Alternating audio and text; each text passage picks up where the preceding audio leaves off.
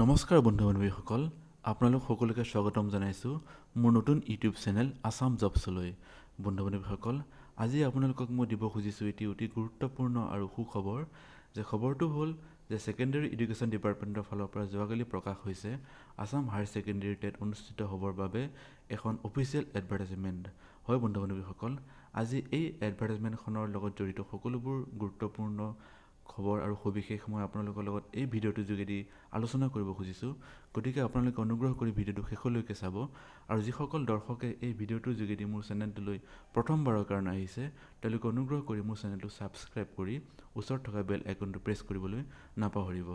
বন্ধু-বান্ধৱীসকল, আপোনালোকে ইতিমধ্যে অৱগত যে আসাম LP, UP আৰু হাইস্কুলৰ কাৰণে টেট ইতিমধ্যে সমাপ্ত হৈছে আৰু চৰকাৰে পূৰ্বতে ঘোষণা কৰি থোৱা অনুসৰি আসাম হায়াৰ ছেকেণ্ডেৰী টেট অনুষ্ঠিত কৰিবৰ কাৰণে এখন অফিচিয়েল এডভাৰটাইজমেণ্ট যোৱাকালি SSA আসাম ৱেবছাইটৰ ফালৰ পৰা প্ৰকাশ হৈছে। ইয়াত লিখা আছে যে online applications are invited from intending applicants for appearing in the teachers eligibility test for post graduation teachers under secondary education Assam. এই টেট অনুষ্ঠিত কৰিবৰ কাৰণে চৰকাৰে 10 জানুৱাৰী 2021 তাৰিখটো নিৰ্ধাৰণ কৰি দিছে। আৰু ইয়াত এলিজিবিলিটি ক্ৰাইটেৰিয়াসমূহ আছে যে candidate must B a citizen of India and permanent resident of Assam, মানে অসমৰ স্থায়ী বাসিন্দাসকলেহে এই টেটত অৱতীৰ্ণ হ'ব পাৰিব। তাৰপিছত শিক্ষাগত অৰ্হতা বান্ধি দিছে post graduation with at least 50% marks and BEd। হয় বন্ধু-বান্ধৱীসকল, পোষ্ট গ্ৰেজুৱেশ্যন থকা আৰু BEd থকা প্ৰাৰ্থীসকলেহে এই পৰীক্ষাত অৱতীৰ্ণ হ'ব পাৰিব।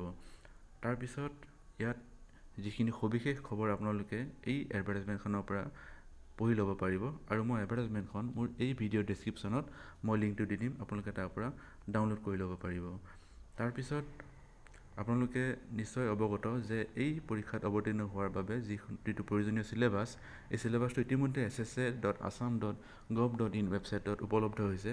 আপোনালোকক মই লিংকটো দি দিম, আপোনালোকে তাৰ পৰা চিলেবাছসমূহ ডাউনলোড কৰি ল'ব পাৰিব। তাৰপিছত আপোনালোকে তললৈ যাব, তাৰপিছত আপোনালোকে দেখিব এপ্লিকেশ্যন ফিজ। এপ্লিকেশ্যন ফিজ নিৰ্ধাৰণ কৰি দিয়া হৈছে আনৰিজাৰ্ভসকলৰ বাবে 500 আৰু SC, ST, OBC, MOBC and PWD কেণ্ডিডেটসকলৰ পৰা 300 টকা।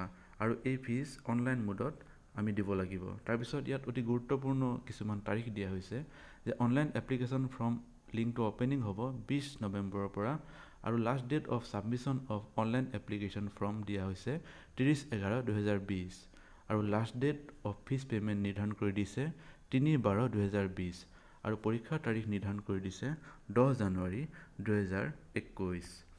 তাৰপিছত আমাক ইয়াক পৰীক্ষাৰ কেন্দ্ৰসমূহ নিৰ্ধাৰণ কৰি দিছে, 14টা কেন্দ্ৰ নিৰ্ধাৰণ কৰি দিছে।